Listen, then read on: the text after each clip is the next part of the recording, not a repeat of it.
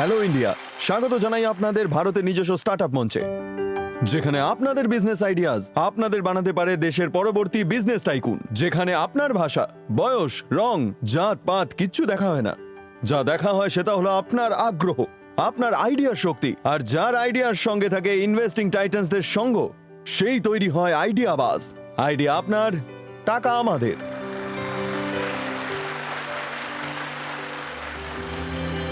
এগিয়ে চলার আগে স্বাগত জানান আমাদের ইনভেস্টিং টাইটান্সদের। লাক্সারি ডিজাইন, হসপিটালিটি আর লিডারশিপের অদ্ভুত মিশ্রণ, ডেলা লিডার্স ক্লাবের founder Jimmy Mistry. Please welcome award winning journalist আর এন্টারপ্রেনর, শি দ্য পিপলার গায়ত্রীর ফাউন্ডার শ্যালি চোপড়া। ইন্দোর থেকে আমেরিকা অফ দি বিজনেস জাত, serial investor, VC from Washington DC, Sanesh Sharda. Liberty শুজের এক্সিকিউটিভ ডিরেক্টর অনুপম বানসাল। ডেকে নিয়ে আমাদের পরবর্তী ইনভেস্টিং টাইটান্সকে, বহু পুরনো আয়ুর্বেদের জ্ঞানকে মডার্ন বিজনেসের সাথে যুক্ত করে লাখ লাখ ঘর অব্দি পৌঁছে দিয়েছেন যিনি, ইয়াং এন্টারপ্রেনার্সদের ফেভারিট অর্জুন ভাইদ্যা।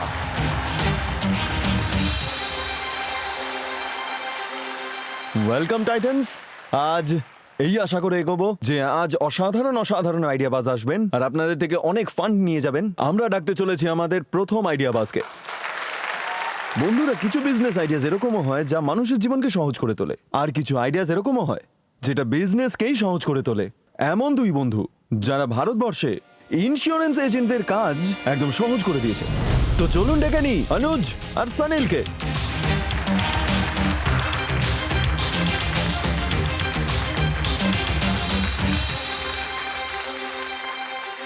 নমস্কার ইনভেস্টার্স, আমি হলাম অনুজ পারেখ আর আমি হলাম অনিল। আর আমরা আসছি স্বপ্নের শহর মুম্বাই থেকে। আজ প্রতিটা মানুষই চায় সেফ থাকতে, সুরক্ষিত থাকতে, প্রত্যেকটা বিপদ থেকে বেঁচে থাকা। রাস্তায় বাইক চালালে হেলমেট পরতে হয় অ্যাক্সিডেন্ট থেকে বাঁচার জন্য, গাড়িতে সিট বেল্ট, সেফটি ফার্স্ট। কোভিডের সময় মাস্ক আর স্যানিটাইজার প্রতিদিনের রুটিন তৈরি হয়েছিল। আর রোদ্দুরে সানগ্লাসেস, সানস্ক্রিন, ইউভি রে থেকে বাঁচার জন্য। কিন্তু এতগুলো প্রোটেকশন থাকার পরেও অ্যাক্সিডেন্টস হয়, ইনফেকশনস হয়, অসুখও চলেই আসে। আর এই সবের ট্রিটমেন্টের জন্য সারা জীবনের কামাই চলে যায়। আর এর থেকেও খারাপ, প্রত্যেক বছর ধার করা। ভারতে আজও 90 কোটি লোকের কাছে হেলথ ইন্স্যুরেন্স নেই, না ওয়ার্কার্সদের কাছে, না স্টুডেন্টসদের কাছে, না ছোট দোকানদার, না তাদের পরিবারের কাছে। মানুষ মনে করেন ইন্স্যুরেন্স অ্যাভেলেবেল তো আছে, তাহলে সবাই নিচ্ছে না কেন? কারণ ইনভেস্টার্স প্রত্যেকটা জায়গায় শুধু ইন্স্যুরেন্স বেচার কথাই বলা হয়, কে নিতে পারবেন তার উপরে কোনো চর্চা হয় না। 140 কোটি লোকের মধ্যে আজ কেবলমাত্র 6 কোটি মানুষের কাছেই রিটেল ইন্স্যুরেন্স আছে। মূল্য বৃদ্ধি হয়েই যাচ্ছে, রিটেল ইন্স্যুরেন্স আরও আনঅ্যাফোর্ডেবল হয়ে যাচ্ছে। আর যাদের কাছে টাকা আছে, কখনো কখনো ওনারাও ইন্স্যুরেন্স পান না। হয়তো ওনার বয়স বেশি, বা কোনো মেডিকেল কন্ডিশন, বা ওভারওয়েট আছে। তাহলে বলুন ইনভেস্টর, পুরো ভারত সুরক্ষিত কি করে হবে? তো এর একটাই উত্তর, গ্রুপ ইন্স্যুরেন্স। গ্রুপ ইন্স্যুরেন্স এমন একটা প্রোগ্রাম যেটা যে কোনো গ্রুপ নিজের মেম্বারসদের জন্য নিতে পারে। একটা কোম্পানি হোক না যেটা এমপ্লয়িজদের জন্য নেয়, একটা সামাজিক সংস্থা হলেও সেটা তার মেম্বারদের জন্য নেবে, একটা অ্যাপের প্ল্যাটফর্ম হলেও কি হয়েছে সেটা তার ইউজারদের জন্য নেবে। ধরুন একটা বাড়ি 1 কিলো চাল কিনলেন, আর তার বদলে পুরো গ্রাম মিলে 1000 কিলো। এই দুটোর মধ্যে সস্তা কি হবে? Group discount. কারেক্ট। সেরকমই গ্রুপ ইন্স্যুরেন্স একসাথে নিলে সস্তায় পাওয়া যায়। আর এটা শুধু সস্তাই নয়, এটা সরলও। এতে না কোনো বয়সের বাধা আছে, না কোনো মেডিকেল টেস্ট, আর না কোনো পেপার ওয়ার্ক। এতে ছোট দোকানদার হোক বা কোনো বড় কোম্পানির মালিক, যে কেউ গ্রুপ ইন্স্যুরেন্স কিনতে পারেন। তো এতে ভারত শিওরের কি কাজ? তো ভারত শিওর এমন একটা প্ল্যাটফর্ম যেটা সব সংস্থার সাথ দেয় যাতেও গ্রুপ ইন্স্যুরেন্স বেচতে পারে। সেটা একটা এজেন্ট বা ব্রোকার হোক, সেটা একটা ফিনটেক বা ব্যাংকও হতে পারে। আমাদের সবার সাথ দেয় আমাদের টেকনোলজি, আমাদের ক্লেমস আর অপারেশন সাপোর্ট, আমাদের ইন্স্যুরেন্স পার্টনারশিপের সাথে, যাতে তারা গ্রুপ ইন্স্যুরেন্স বিক্রি করতে পারে নিজের ব্র্যান্ডিং এর সাথে। যেমন ইউপিআই পেমেন্টটাকে সহজ করে দিয়েছে, তেমনি ভারত শিওর গ্রুপ ইন্স্যুরেন্সকে সহজ বানায়। তো ইনভেস্টার্স, আমাদের আস্ক হলো 1 কোটির ওপরে 1% ইকুইটি, যাতে আমরা আরো নতুন পার্টনার্সের কাছে পৌঁছতে পারি। আসুন সবাই মিলে ভারতকে সুরক্ষিত বানাই।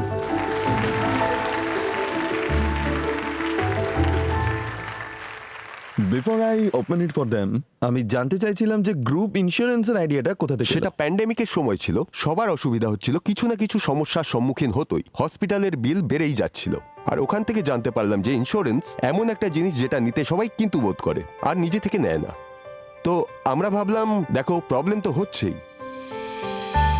এটা ডিরেক্টলি তো কেউ নেবে না, অন্য তো কোনো কারণ থাকবে যার জন্য ইন্স্যুরেন্স ডিস্ট্রিবিউট করা যেতে পারে। তো আমরা মার্কেট স্টাডিটাকে এক জায়গায় করলাম। আর আমাদের এই সমস্যার আর একটা দিকও ছিল।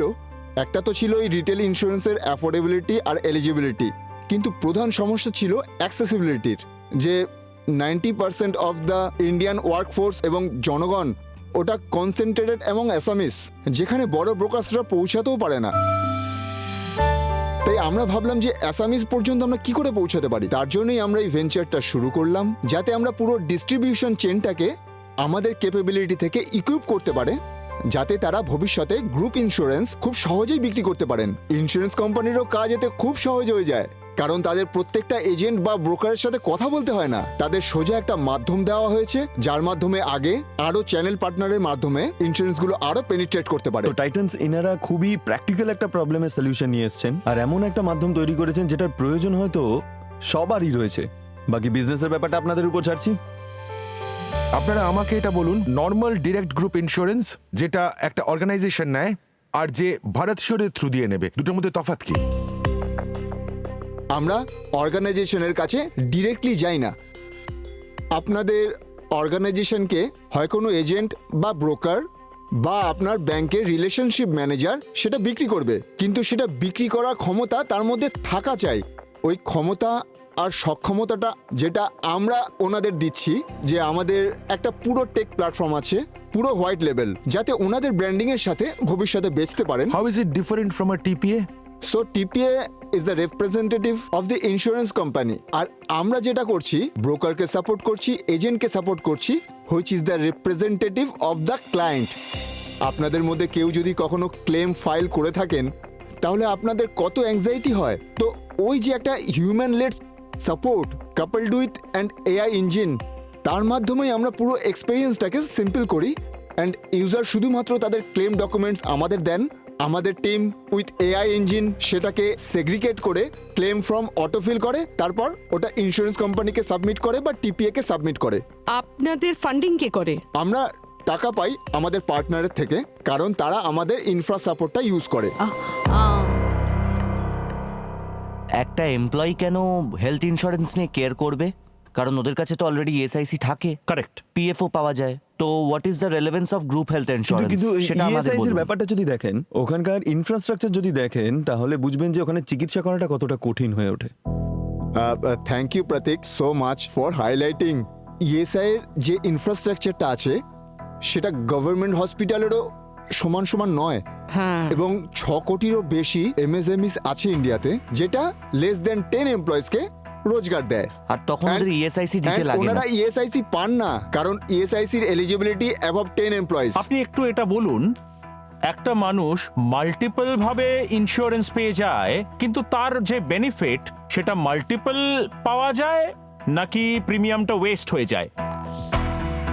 আজ প্রতিটা এমপ্লয়ি নিজের কর্পোরেটের মাধ্যমে ইন্স্যুরেন্স পায় ধরুন 5 লাখ টাকার, তো এমপ্লয়ি সেটাকে টপ আপ করতে পারে 30 লাখ পর্যন্ত, এবং এতে তার যেটা কভার আছে সেটা 5 লাখের পর নেক্সট 30 লাখে ট্রিগার হবে। তো সে যে প্রিমিয়ামটা দেবে 30 লাখ টাকার, তাকে শুধুমাত্র 2000 কি 2500 দিতে হবে, কিন্তু তার বদলে যদি সে পুরো 35 লাখ টাকার কভারেজটা নিত, তাহলে তাকে 20,000 টাকা দিতে হতো। অনুজ, একটা জিনিস বোঝান আমায়, এই ইন্স্যুরেন্স বিজনেসে আপনাদের margin already thin margin, commission agent বা ব্রোকারের থেকে আপনি মার্জিন নিচ্ছেন। তো আপনার মার্জিন স্ট্রাকচারটা বুঝিয়ে দিন, যে আপনি থিন মার্জিন থেকে থিন মার্জিন নিয়ে একদম। আপনি কি করে আপনি এত revenue- রেভিনিউ করছেন আর কিভাবে প্রফিট অবধি পৌঁছতে পারবেন। 15% মার্জিন আছে ইন দ্য ভ্যালু চেন, যার মধ্যে থেকে প্রায় 5% আমরা পেয়ে তো যাই। মার্জিনটা কম হয় আর লার্জার। তো ব্রোকার 15% মার্জিন নেয় আমাদের থেকে? আমি স্যার, আপনার ব্রোকার তো আপনাকে টুপি পরিয়েছে। তো যখন আপনি দেখবেন লার্জার এন্টারপ্রাইজে ওখানে মার্জিনটা খুবই কম থাকে, 2 থেকে 5%-এর মধ্যে। যখন আপনি আসামিসদের দেখবেন ওনাদের প্রিমিয়াম সাইজও কম থাকে আর মার্জিন ব্রোকারও কামাচ্ছে, হেলদি Scale-এ। পোর্টফোলিও আছে, এটা আসামিসদের জন্য খুবই chip. smaller the ticket size, higher of the margins, Got it. larger of the ticket size, smaller of Makes the sense. margin. অনুজবাবু, আপনারা এখনো পর্যন্ত কত লোককে কভার করেছেন আপনাদের এই পলিসির তো মাধ্যমে? আমরা 2 লাখ মানুষের কাছে ইন্স্যুরেন্স পৌঁছে দিয়েছি। আমাদের গোল হলো যে পরবর্তী 5 বছরে 5 কোটি লোক পর্যন্ত ইন্স্যুরেন্স পৌঁছাবো। তাহলে আপনার টোটাল 9 কোটিতে এখন পর্যন্ত কত ক্লেম হয়েছে আর কতটা প্রফিটেবল? রেভিনিউ আমাদের এআরআর হলো 9 কোটি অ্যান্ড তাহলে 75 লাখস পার মান্থে চলছে। 75 লাখস পার মান্থ চলছে। আর আমরা 10,000-এর থেকে বেশি ক্লেম সেটেল করেছি এবং আমরা ভারতের টপ প্রোডাক্ট ইনশোটেক আমরা উইথ 4.9 ইউজার ইউটেক। না না, সেসব ঠিক আছে, বলুন প্রফিট কত? এতে আমাদের প্রফিট আছে, মানে এখনো মান্থলি বেসিসে আমাদের বার্ন হলো অফ 5 to 7 লাখ রুপিস এবং আমরা নেক্সট আগামী 3 মাসে আমরা প্রফিটেবল তার হয়ে মানে যাব। এখনো আপনারা নেগেটিভই চলছেন। একটা মার্কেট ডিমান্ড নিয়েই দেখি, আমরাও জেনে নিই যে আমাদের অডিয়েন্স কতটা বুঝতে পেরেছেন। আপনাদের সময় শুরু হচ্ছে এখন।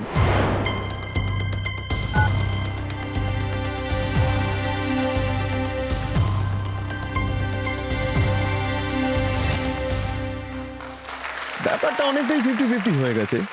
তো 44% মানুষের মনে হয় যে এই প্রোডাক্টের প্রয়োজন আছে, আর 56% মানুষের মনে হয় যে ওনাদের এটার প্রয়োজন নেই। আপনাদের আজটা আরেকবার বলে দিন। আমাদের আস্ক হলো 1 কোটি ফর 1% ইকুইটি। তার মানে 100 কোটির ভ্যালুয়েশন বলছেন। ইয়েস। তাহলে এটাও বুঝিয়ে দিন আমাদের, কারণ সন্দেশজি 100% জিজ্ঞেস করবেন মার্কেট বেঞ্চমার্কের ওপর ডিসাইড করলে 11x ভ্যালুয়েশন কেন ঠিক?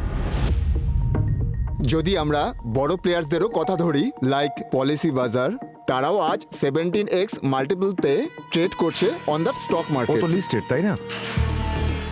ওরা লিস্টেড আছে, আমরা তো high growth company. Non listed will be 50% of listed.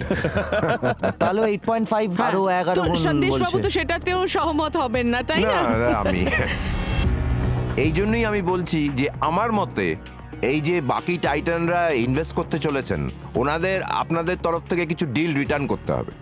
I am out, আমি ডিল করতে পারবো না। অর্জুন, আপনি?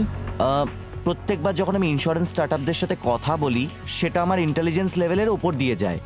তো not because the company is not good বা আপনার টেক ভালো নয়, আসলে আমি ইন্স্যুরেন্স বিজনেস বুঝতেই পারি না, আর সেই জন্যই আমি আজকে ডিল করতে পারবো না। শৈলী, আপনি? আমি ওনার সাথে বিজনেস করতেই পারি, কিন্তু নিবেশ করার জন্য আমার মনে হয় যে আমি ইন্স্যুরেন্স বিজনেসে এই সময় করতে পারবো না, কারণ আমার প্রায়োরিটিজ অন্য সেক্টরে আছে। জিমি? জাস্ট লাইক হার, আমি অনেকগুলো গ্রুপ পলিসি একসঙ্গে রান করি। আমাদের পার্সি সমাজের জন্য আমি এটা বড় পলিসি রান nice. করি, আর তার জন্য আমি ডেফিনেটলি আপনাদের কাছে আসবো অ্যাজ এ ক্লায়েন্ট, কিন্তু as an investor it's not within my preview. Anupam বাবু? ইন্স্যুরেন্সের মধ্যে ইন্স্যুরেন্স প্রোডাক্ট বেশি ইম্পর্টেন্ট, টেক আমি মনে করি অনেক কম ইম্পর্টেন্ট, কারণ এটা এনেবলার এবং real benefit lies in the value of the insurance, আর যেটা এর মধ্যে নেই। তো এই কারণেই আমি বাইরে থাকছি। এই প্রোডাক্টের মধ্যে গেম চেঞ্জার আমি দেখতে পাচ্ছি না। আমার মনে হয় আমাদের টাইটান্স আরো একটু বেশি সময় নিতে চাইবেন ইন্স্যুরেন্সের এই কমপ্লেক্স ওয়ার্ল্ডটাকে বোঝার জন্য। ততদিন আপনারা আপনাদের বিজনেস ডেফিনেটলি। এগিয়ে নিয়ে যান, আর আশা করছি যে খুব তাড়াতাড়ি আপনারা আইডিয়া বাজে ফেরত আসবেন। শিওর।